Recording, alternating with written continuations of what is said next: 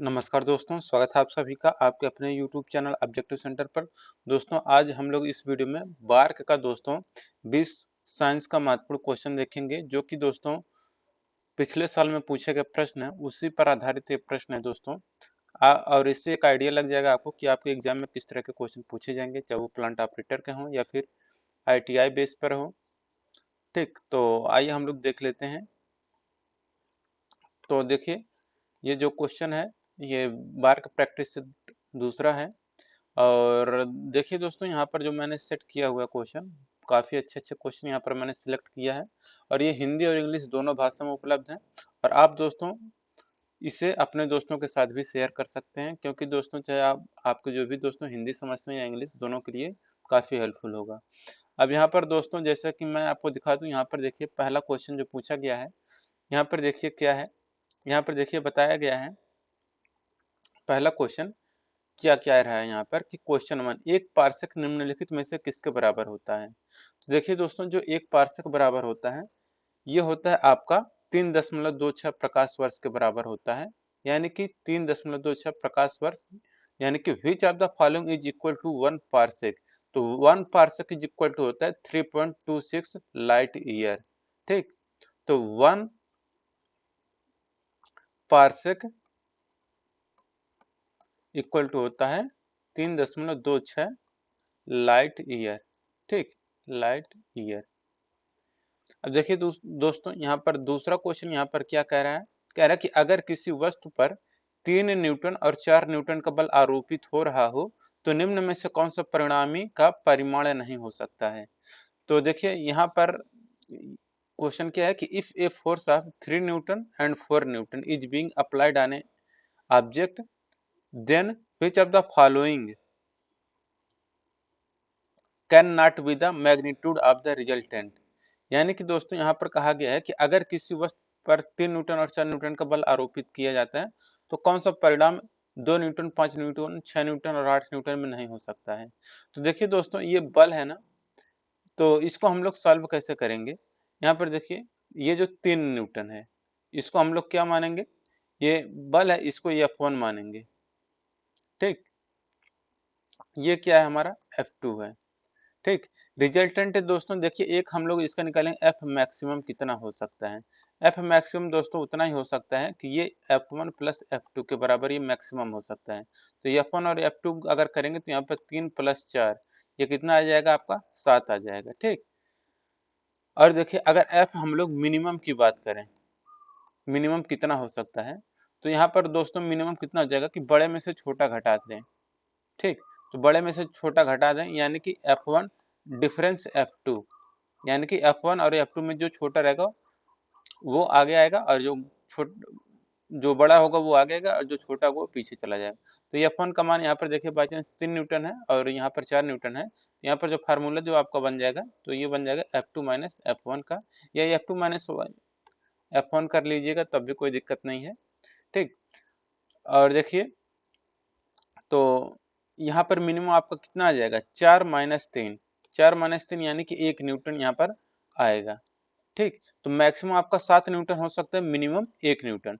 तो इन्हीं दोनों के बीच में सारे परिणाम आ सकते हैं, लेकिन दोस्तों 1 न्यूटन से नीचे नहीं आएगा और 7 न्यूटन से ज्यादा नहीं जाएगा। तो देखिए 1 और 7 के बीच में आपका क्या है, 2 आ जाएगा आपका, ये भी सही है, 5 आ जाएगा, ये भी सही है, 6 आ जाएगा, ये भी सही है। आएगा कौन सा नहीं, तो 8 न्यूटन, यानी कि यहाँ पर जो 8 न्यूटन दिया है ये हमारा दोस्तों परिणाम नहीं आएगा। ठीक, तो यहाँ पर दोस्तों दूसरे का हमारा करेक्ट आंसर क्या हो जाएगा, ऑप्शन नंबर डी। ठीक, अब चलते हैं दोस्तों तीसरे क्वेश्चन पर। तीसरा क्वेश्चन देखिए क्या कह रहे हैं, यहाँ पर कहा गया है कि डेयरी में प्रयोग किए जाने वाले दूध से क्रीम को अलग करने की प्रक्रिया क्या कहलाती है। डिक्टेंशन, आंशिक आसवन, अपकेंद्रीकरण और एक क्रिस्टलीकरण। तो देखिए दोस्तों, डेयरी में प्रयोग किए जाने वाले दूध से क्रीम, तो दूध से अगर क्रीम को अलग करते हैं दोस्तों तो हमारा क्या कहलाता है, अपकेंद्रीकरण। तो ऑप्शन नंबर यहाँ पर सी करेक्ट हो जाएगा। यानी क्वेश्चन नंबर तीसरा जो करे, the process of separating cream from milk used in dairy is called, ये कहलाता है डिसेंट्रलाइजेशन, अपकेंद्रीकरण। ठीक, अब देखिए दोस्तों, अगला क्वेश्चन यहाँ पर काफी अच्छा क्वेश्चन है, इस तरह से आपके एग्जाम में आने की संभावनाएं रहती हैं, वही क्वेश्चन मैंने यहाँ पर सिलेक्ट किया है। यहाँ पर देखिए क्या कह रहा है, कह रहा है कि क्वेश्चन नंबर 4 है कि AlOH का थ्राइस का तुल्यांकी भार क्या होगा। ठीक, यानी कि एल्युमिनियम जो हाइड्रोक्साइड होता है, इसका दोस्तों तुल्यांकी भार बताना है आपको। तो इसका देखिए तुल्यांकी भार कैसे निकाला जाता है वो मैं आपको बता दूं।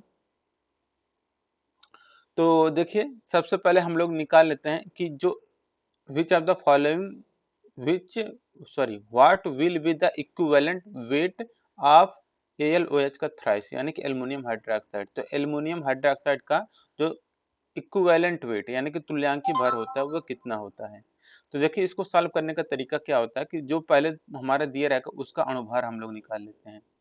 तुल्यांकी भार का फार्मूला भी मैं आपको बता दूं पहले कि परमाणु भार बराबर क्या होता है, कि परमाणु भार इक्वल टू होता है दोस्तों तुल्यांकी भार, तुल्यांकी भार गुणे संयोजकता। ठीक, संयोजकता, ये संख्या मत समझिएगा, ये संयोजकता है। ठीक, तुल्यांकी भार बराबर अणुभार इक्वल टू होता है तुल्यांकी भार गुणे संयोजकता। तो अब देखिए एक चीज यहाँ पर आप लोग ध्यान देंगे कि Al और OH का जो ये थ्राइस है, इसमें दोस्तों एल्युमिनियम पर देखेंगे इसका जो संयोजकता कितना होता है, तो यहाँ पर +3 होता है और OH पर -1 होता है, -1, तभी ये आपका बरोबर हो जाता है, देख सकते हैं ना। तो -3 चार्ज हो जाएगा क्योंकि OH का थ्राइस है ये, तो -3 और Al पर +3, तो संयोजकता इसका कितना है, 3 है। हमें तुल्यांकी भार ज्ञात करना है, संयोजकता तो हमें पता चल गया कि संयोजकता हमारा 3 है, तुल्यांकी भार हमें ज्ञात करना है परमाणु भार कितना होता है। तो AlOH का थ्राइस का अगर हम लोग निकालेंगे दोस्तों, तो एल्युमिनियम का परमाणु क्रमांक यहाँ पर जो परमाणु भार होता है कितना होता है, तो ये होता है दोस्तों आपका 27, यानी कि ये होता है परमाणु क्रमांक की बात करेंगे तो ये आपका होता है 13 और परमाणु भार की बात करेंगे तो ये होता है 27। तो यहाँ पर आपको परमाणु भार ही हम लोग अणुभार निकालेंगे तो यहाँ पर देखिए 27 हो जाएगा, प्लस कितना हो जाएगा, अब देखिए हाइड्रोजन का कितना होता है परमाणु भार, तो ये होता है दोस्तों 8O16, परमाणु भार हमारा कितना है यहाँ पर 16 है, 16 हो गया, प्लस यहाँ पर हाइड्रोजन का कितना होता है, ये होता है 1H1, तो यहाँ पर होता है 1, तो ये हो गया आपका 1। अब इसका क्या है 3 गुना करना है, तो यहाँ पर गुणे 3 हो जाएगा। अब देखिए कितना हो जाएगा 27 हो जाएगा, प्लस 16 17 गुणे 3, अब हो जाएगा कितना 27 प्लस 17 51, यानी कि कितना हो जाएगा 8 और 78, 78 आ गया ना। अब देखिए हमें क्या करना है, परमाणु भर हमें 78 पता चल ही गया है, तुल्यांकी भर हमें ज्ञात करना है और यहाँ पर संयोजकता हमारा 3 है, तो यहाँ पर हमारा क्या हो जाएगा 78/3 कर दीजिए, आपका करेक्ट आंसर हो जाएगा।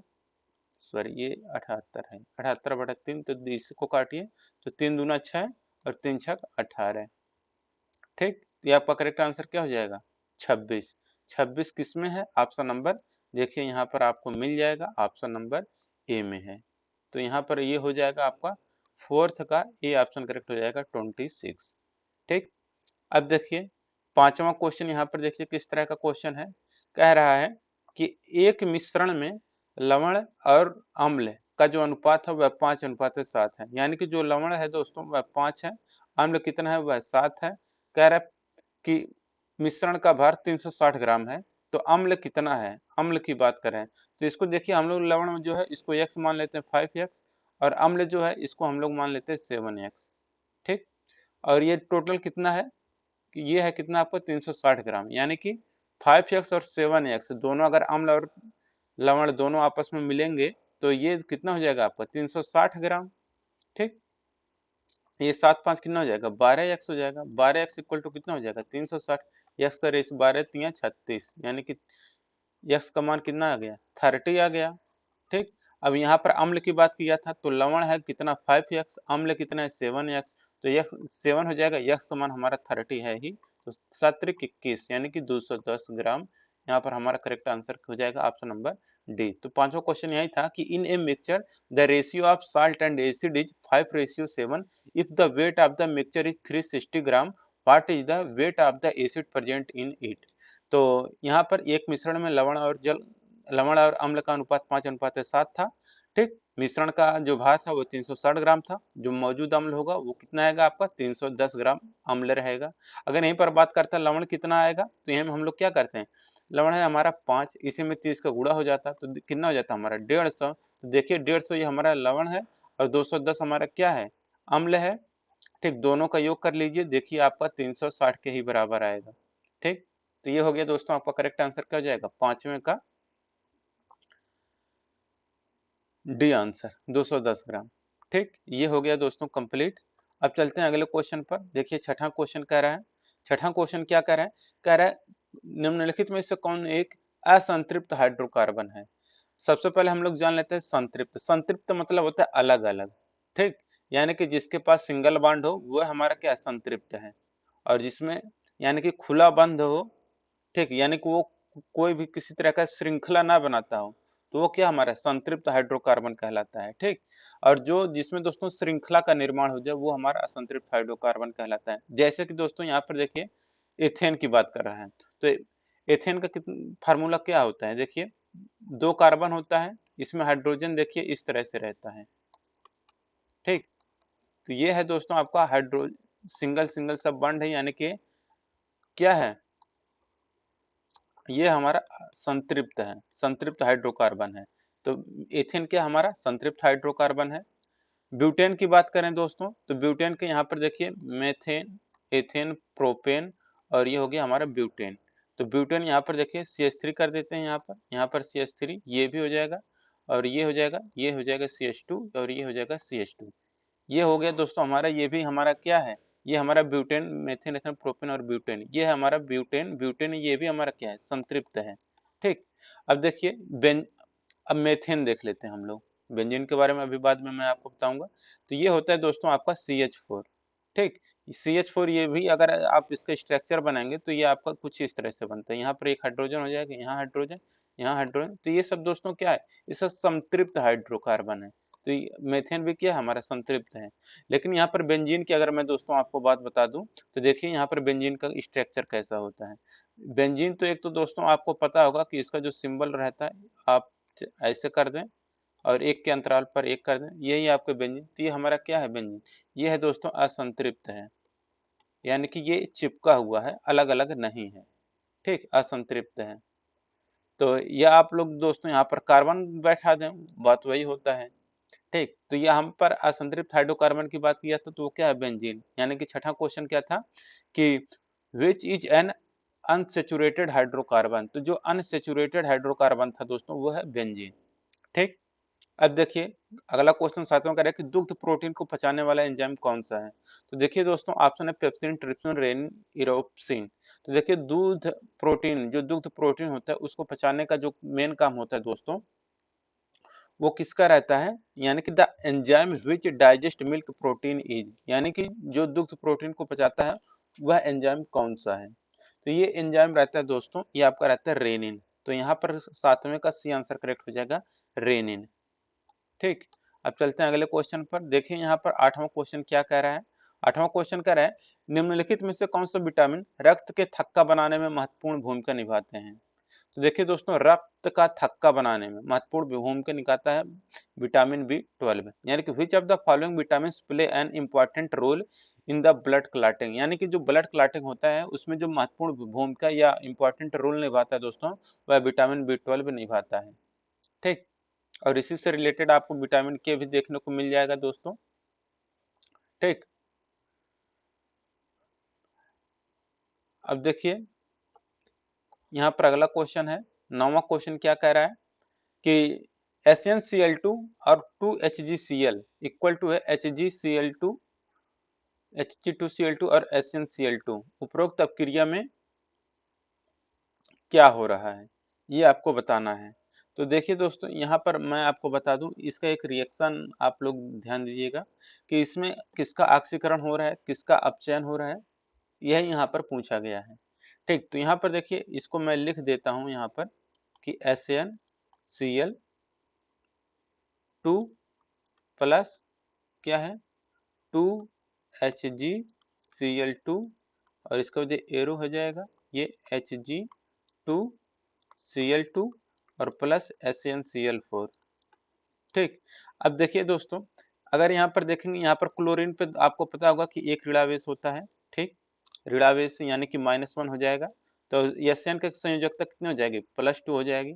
और यहाँ पर देखिए Cl का -1 होता है, ये भी ठीक, तो Hg पर कितना हो जाएगा, +2 का हो जाएगा। अब देखिए यहाँ पर Hg2Cl2 है, तो यहाँ पर देखिए Cl पर यहाँ पर -1 होगा, और यहाँ पर देखिए इस पर भी क्या आएगा, +1 का आएगा, क्योंकि दोस्तों यहाँ पर देखिए Hg भी 2 है और Cl भी 2 है, तो +2 -2 इक्वल हो जाएगा। और यहाँ पर क्लोरीन पर कितना आएगा, -1, और एसएन पर कितना चला जाएगा, +4 चला जाएगा, क्योंकि यहाँ पर देखिए ऋणावेश -4 हो जाएगा, एसएन पे +4 होगा, तभी आप इक्वल होंगे। अब यहाँ पर एक चीज आप लोग देखेंगे, तो यहाँ पर दो चीज में आपको परिवर्तन दिखेगा। एक तो दोस्तों यहाँ पर जो एसएन की संयोजकता है, देखिए यहाँ पर +2 से ये आपका +4 हो रहा है, ठीक। यानी कि SnCl2 का जो हो रहा है वो ऑक्सीकरण हो रहा है, ठीक, ऑक्सीकरण, ठीक। यानी कि संयोजकता +2 से +4 में हुआ, तो जो यहाँ पर SnCl2 है, ठीक, यानी कि SnCl2 का इसका क्या हो रहा है, ऑक्सीकरण हो रहा है, ऑक्सीकरण, ठीक। अब देखिए, अब यहाँ पर Hg का क्या हो रहा है, यहाँ पर +2 से +1 हो रहा है, यानी कि यहाँ पर ऑक्सीकरण में देखेंगे तो यहाँ पर +2 का वृद्धि हुआ था, ठीक। और यहाँ पर देखिए HgCl2 +2 से +1 हो रहा है, यानी कि -1 की क्या हो रही है, कमी हो रही है। यानी कि जब -1 की कमी हो रही है, तो ये आपका क्या हो रहा है, अवकरण हो रहा है या अपचयन हो रहा है, ठीक। ऑक्सीकरण हो रहा है, ये ऊपर ऑक्सीकरण, नीचे अपचयन। तो अगर आपका +2 से +4 में होगा, तो वो आपका जो यहाँ पर आएगा वो ऑक्सीकरण हो रहा है। अब Hg2, यहाँ पर Hg हुआ, इसमें +2 से +1 हो रहा है, यहाँ पर घट रहा है एक, तो यहाँ पर इसका क्या हो रहा है, अपचयन। Hg का क्या हो रहा है, अपचयन हो रहा है, HgCl2 का अपचयन हो रहा है, और SnCl2 का ऑक्सीकरण हो रहा है, ठीक। तो यहाँ पर आपका इस तरह से क्वेश्चन पूछा गया था। तो देखिए, तो SnCl2 2Hg2Cl2 equal to Hg2Cl2 और plus SnCl4 is the above reaction. तो HgCl2 गेट्स ऑक्सीडाइज्ड, यानी कि यहाँ पर करेक्ट आंसर क्या हो जाएगा, ऑप्शन नंबर बी, कि SnCl2 ऑक्सीकृत हो जाता है। तो यहाँ पर ऑक्सीकृत हो रहा है SnCl2 का, ठीक। तो यहाँ पर आपका करेक्ट आंसर क्या हो जाएगा, 9वें का बी आंसर, ठीक। अब चलते हैं अगले क्वेश्चन पर। देखिए अगला क्वेश्चन क्या कह रहा है, 10वां क्वेश्चन कह रहा है कि जो भारी जल है के लिए वाष्प घनत्व का मान कितना होता है। तो देखिए भारी जल का वाष्प घनत्व पूछा गया है, तो देखिए दोस्तों इसका जो आपका करेक्ट आंसर आएगा वो कितना आएगा, वो कैसे सॉल्व करना है, तो देखिए वो मैं आपको बताता हूँ कि देखिए अणुभार इक्वल टू क्या होता है, अणुभार इक्वल टू होता है 2 गुणे वाष्प घनत्व। यानी कि दोस्तों हमें अणुभार अगर पता कर लें, तो 2 से भाग दे दें, तो हमारा क्या पता चल जाएगा, वाष्प घनत्व। अब D2O का अणुभार कितना होता है, तो देखिए यहाँ पर D होता है ड्यूटेरियम ऑक्साइड होता है, ड्यूटेरियम, यानी कि आपको पता होगा कि हाइड्रोजन के 3 समस्थानिक होते हैं, एक होता है 1H1, एक होता है 1H2, एक होता है 1H3। ये होता है प्रोटियम, ड्यूटेरियम, और ये होता है ट्राइटियम, ठीक। तो यहाँ पर यही ड्यूटेरियम जो होता है दोस्तों, इसी को बोलते हैं, इससे जो बनता है वो भारी जल बनाता है, ठीक। तो इसी को हम लोग बोलते हैं भारी जल। यानी कि इसका अगर हम लोग इसका जो हम लोग अणुभार निकालेंगे D2O का, तो यहाँ पर देखिए क्या है, 2 है, तो 2 गुणे 2 हो जाएगा, प्लस ऑक्सीजन का कितना होता है, 8O16 होता है ना, 8O16, तो यहाँ पर ऊपर कितना है, 16 है, 16, यानी कि ये 4 और प्लस 16, 16 4 कितना हो जाएगा, 20। अब ये जो 20 आया, इसका हम लोग क्या करेंगे, आधा कर देंगे, आधा करेंगे तो हमारा क्या आएगा, अणुभार। अणुभार कितना आ गया हमारा, 10 आ गया, ऑप्शन नंबर 10वें का बी, 10। तो D2O के लिए वाष्प घनत्व का मान कितना आएगा, 10 आएगा, ठीक। तो 10वें का यहाँ पर बी आंसर करेक्ट हो गया, ठीक। अब चलते हैं दोस्तों अगले क्वेश्चन पर।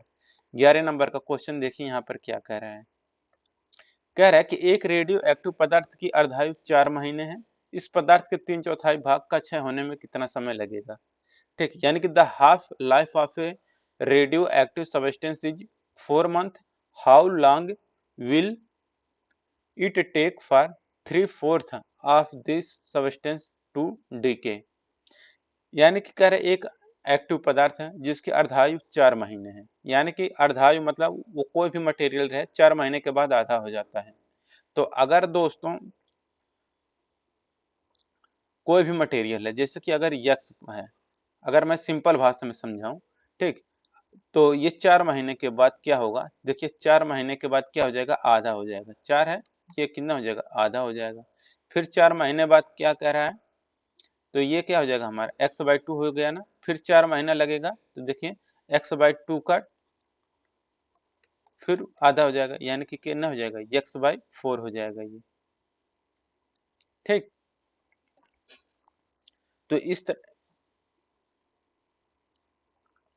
तो देखिए यहाँ पर x/2 गुणे 1/2, ये हमारा कितना आएगा, x/4। x/4 है हमारा, यानी कि 8 महीने बाद हमारा x/4 बचेगा। तो खपत कितना हुआ होगा, पहले x था माइनस x/4 कितना हुआ होगा, तो देखिए 3x/4। तो यही पूछा गया था कि 3/4 6 होने में कितना समय लगेगा, तो यही 3/4 तो हमारा खपत हो रहा है। लास्ट में हमारा x/4 ही तो बच रहा है, तो ऊपर 4 और 4 8, यानी कि 8 महीने में ये हमारा क्या हो रहा है, खपत हो, मतलब 3/4 भाग 6 होने में कितना लगेगा, 8 महीने लगेगा। अब चाहे तो आप अपना फार्मूले के हिसाब से अगर लगाएंगे, तो ये था दोस्तों शॉर्ट की, क्योंकि ये अपना तो नॉर्मली ऐसे बन जा रहा था, तो ये ऐसे आप लोग कर सकते हैं। लेकिन अगर यही अगर अलग अलग दे दे तो वो आपका दशमलव में जाने लगता है, तो उसको देखिए मैं आपको बता दूं कैसे सॉल्व किया जाता है, ठीक। जैसे कि यहाँ पर आप लोग देख सकते हैं कि 3/4 6 होने के बाद जो बचता है, जैसे कि ये देखिए लास्ट में जो बचेगा वही आपका माना जाएगा। जैसे कि 3/4 भाग क्या हो रहा है, खपत हो रहा है, तो बचा कितना होगा, 1/4 ना। जैसे कि कोई मटेरियल रहा होगा, एक पार्ट रहा होगा, उसका 3/4 खत्म हो रहा है, तो बचा कितना होगा, तो 1 माइनस 3/4, यानी कि पहले एक पार्ट था, 3/4 भाग खत्म होगा, तो बचेगा कितना, 1/4 बचेगा। 1/4 यही हमारा क्या है, इसको हम लोग n मान लेते हैं। जो बचा हुआ भाग रहेगा लास्ट में वो ये n रहेगा, और जो टोटल पदार्थ रहेगा वो n0 से हम लोग व्यक्त करेंगे, या प्रारंभिक मात्रा, ठीक, वो n से व्यक्त करेंगे। और इस अर्धायु के लिए जो फार्मूला रहता है दोस्तों, वो रहता है कि n equal to n0 into 1/2 का पावर ये n रहता है। अब यहाँ पर n क्या है, बची हुई मात्रा, ये है प्रारंभिक मात्रा, और ये क्या है हमारा ईयर रहता है अर्धायु का, ठीक। तो यहाँ पर n का मान निकालेंगे यार आप अगर, तो यहाँ पर देखिए n का मान हमारा कितना है, 1/4 है, क्योंकि ये लास्ट में कितना बचेगा, 1/4, क्योंकि खपत 3/4 हो गया, तो 1/4 ही तो बचेगा। प्रारंभिक मात्रा कितना था, तो ये 1 था। अब यहाँ पर 1/2 है, इसके पावर n, ठीक। ये क्या हो जाएगा आपका, इसको सॉल्व करेंगे तो 1/4 हो जाएगा, पावर 1/2 का पावर n, यानी कि आपका क्या हो जाएगा, 2 का पावर n इक्वल टू 4, तो 2 का पावर n इक्वल टू 2 का पावर 2। अब घातों की अगर तुलना करेंगे तो यहाँ पर n का मान कितना आएगा, स्मॉल n का मान आएगा 2, ठीक। तो n का मान आ गया 2, ठीक। तो यहाँ पर टोटल समय कितना लगा होगा, तो टोटल समय कैपिटल टी इक्वल टू होता है n into small T by 2, ठीक। तो स्मॉल n का मान कितना है, 2। और देखिए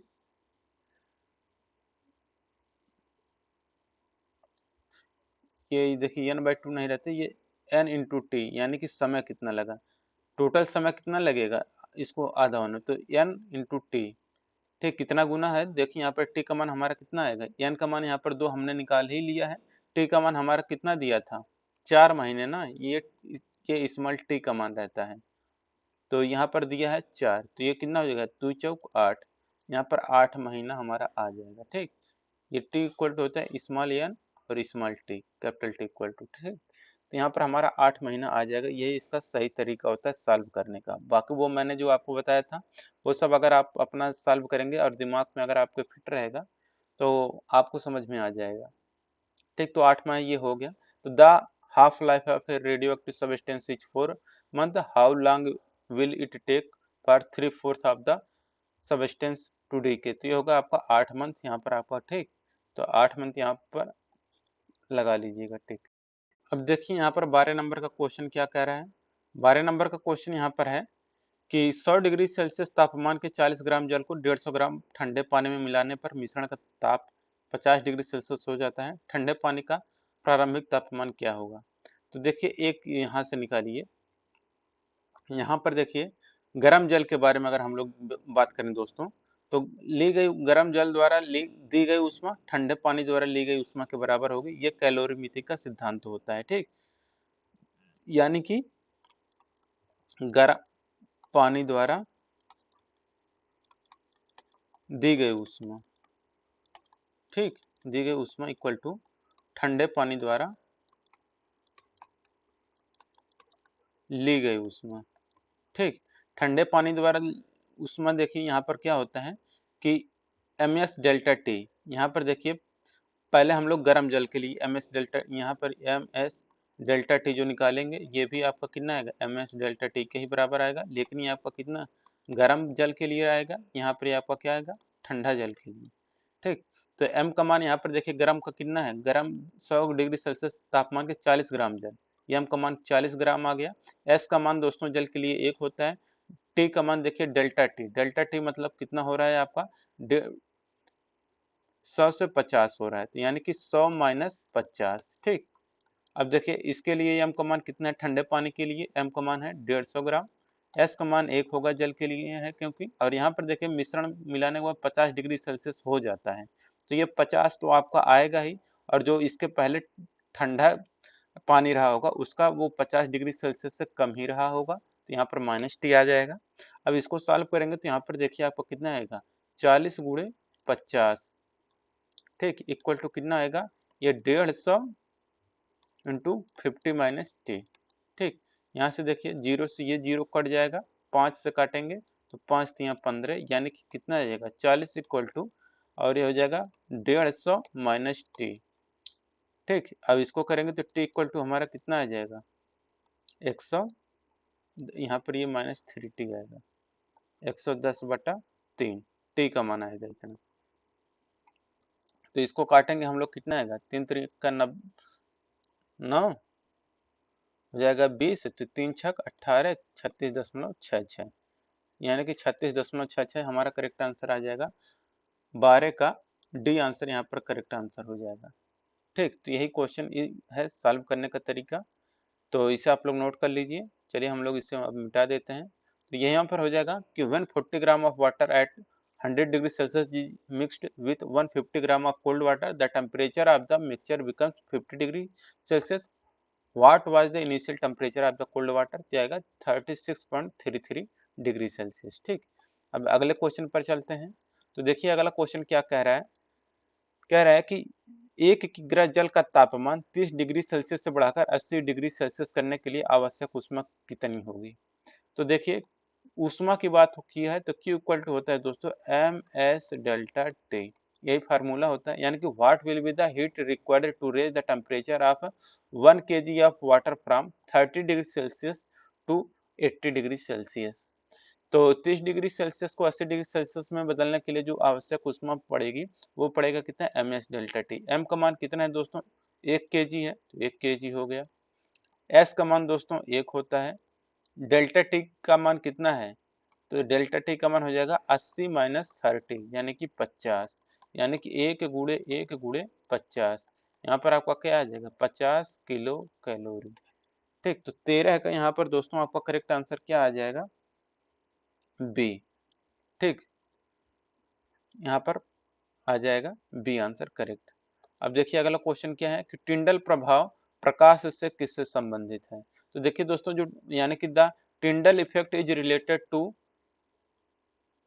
डट डट डट ऑफ लाइट। तो जो टिंडल प्रभाव है दोस्तों वह प्रकीर्णन से संबंधित होता है। ठीक, तो यानी कि स्कैटरिंग यहाँ पर आपका करेक्ट आंसर हो जाएगा। तो 14 का यहाँ पर करेक्ट आंसर क्या हो जाएगा, option number B, scattering. Tyndall प्रभाव जो होता है स्कैटरिंग या प्रकीर्णन से संबंधित है।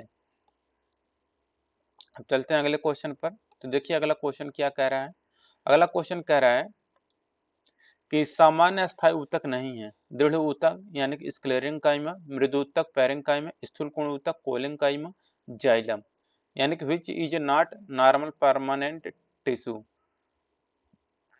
तो यहाँ पर देखिए जाइलम जो होता है दोस्तों ये हमारा होता है जटिल ऊतक। ठीक, जटिल ऊतक होता है, तो यानी कि यहाँ पर जाइलम ही हमारा यहाँ पर ऑप्शन नंबर डी करेक्ट हो जाएगा, बाकी सब क्या है सामान्य अस्थायी ऊतक है। ठीक, 16 नंबर क्वेश्चन देखिए क्या कह रहा है कि हमारे शरीर में ऊर्जा प्रदान करने के लिए निम्नलिखित में से कौन ऑक्सीजन यानी कि O2 से जुड़ता है। Which of the following combines with oxygen to provide energy in our body. तो हमारे शरीर में दोस्तों ऊर्जा प्रदान करने के लिए जो ऑक्सीजन से जुड़ता है दोस्तों वो रहता है ग्लूकोज। ठीक, तो ग्लूकोज यहाँ पर करेक्ट आंसर हो जाएगा। आप लोग दोस्तों कमेंट बॉक्स में ग्लूकोज का जो रासायनिक सूत्र होता है वो बताइए, क्योंकि दोस्तों ये भी आपका एग्जाम में पूछ लेता है। ठीक, तो इससे आप लोग जरूर बताइएगा, इसको मैं आप लोगों के लिए छोड़ रहा हूँ। ठीक, तो ग्लूकोज का आप लोग रासायनिक नाम, रासायनिक जो सूत्र होता है वो आप लोग बताइएगा, केमिकल केमिकल फार्मूला जो होता है वो जरूर बताइएगा। ठीक, तो हमारे शरीर में ऊर्जा प्रदान करने के लिए जो ऑक्सीजन से जुड़ता है वो रहता है ग्लूकोज, यानी कि which of the following combines with O2 to provide energy in our body, glucose. तो अब देखिए अगला क्वेश्चन क्या कह रहा है। अगला क्वेश्चन है दोस्तों 17 नंबर का। 17 नंबर का क्वेश्चन यहाँ पर कह रहा है कि उच्च वसीय अम्लों एवं ग्लिसरॉल की अपक्रिया से तेल अथवा वसा निर्माण की प्रक्रिया क्या कहलाती है। यानी कि what is the process of formation of oil और fat from the reaction of higher fatty acid and glycerol is called. Option है ऑक्सीडेशन, हाइड्रोजिनेशन और है स्टेराइजेशन या एस्टरिफिकेशन या नाइट्रोजिनेशन। ठीक, तो देखिए उच्च वसीय अम्ल एवं ग्लिसरॉल की अपक्रिया से तेल व वसा का निर्माण होता है। तो दोस्तों ये जो प्रक्रिया होता है ये हमारा कहलाता है एस्टरीकरण। तो यहाँ पर हमारा करेक्ट आंसर क्या हो जाएगा, ऑप्शन नंबर सी, एस्टरीकरण। एस्टरीफिकेशन यहाँ पर करेक्ट आंसर हो जाएगा। अब देखिए यहाँ पर दोस्तों 18 नंबर का क्वेश्चन क्या कह रहा है। कह रहा है यहाँ पर कि Fe plus CuSO4 equal to बना रहा है FeSO4 प्लस Cu। दी गई अपक्रिया निम्न का उदाहरण है। तो देखिए दोस्तों किसका है, यानी कि Fe plus CuSO4 FeSO4 plus Cu। The given reaction is example of decomposition reaction, combustion reaction, addition reaction, substitution reaction. तो दोस्तों आप लोग देख पा रहे होंगे यहाँ पर ये जो कॉपर सल्फेट का विलयन है, इसमें जब हम लोग फेरस यहाँ पर डाले हैं या इसको जब रिएक्शन कराया गया है, तो ये जो फेरस है ये कॉपर सल्फेट के विलयन में से कॉपर को हटा करके उसके स्थान पर खुद यानी कि फेरस आ जा रहा है, यानी कि फेरस सल्फेट ये बना ले रहा है खुद। ठीक, तो फेरस सल्फेट यानी कि कॉपर को क्या कर रहा है, ये जो कॉपर हो रहा है ये आपका क्या कर रहा है, प्रतिस्थापित कर रहे हैं, प्रतिस्थापित। ठीक, तो जो Fe है वो कॉपर को प्रतिस्थापित करके उसका स्थान खुद ले रहा है, यानी कि एक अपक्रिया क्या कहलाएगी, प्रतिस्थापन अभिक्रिया। तो 18 का करेक्ट आंसर हो जाएगा ऑप्शन नंबर डी। तो यहाँ पर जो रिएक्शन है वो है सब्स्टिट्यूशन रिएक्शन, प्रतिस्थापन अभिक्रिया। अब देखिए दोस्तों 19 नंबर का क्वेश्चन कह रहा है कीटोन के समाप्त होने वाली हाइड्रोकार्बन श्रृंखला के अंत में लगाया जाने वाला प्रत्यय क्या है। तो कीटोन, कीटोन का दोस्तों यहाँ पर देखिए जो रहता है वो रहता है ये सिंबल CO, इसको हम लोग बोलते हैं ओन प्रत्यय। ठीक, OH जो रहता है आल, ये रहता है दोस्तों ओ। अब यहाँ पर देखिए मैं आपको डिटेल में बता दूं, आल जो होता है यहाँ पर आल की बात किया है, आल है OH, ये रहता है दोस्तों ये इसका केमिकल, ये होता है श्रृंखला, हाइड्रोकार्बन का जो श्रृंखला OH ये रहता है आल का। अल, अल रहता है दोस्तों CHO, एल्डिहाइड या अल। ये रहता है कीटोन, ये रहता है CO, दो बॉन्ड वाला। ओइक अम्ल, ओइक है बॉन्ड COOH।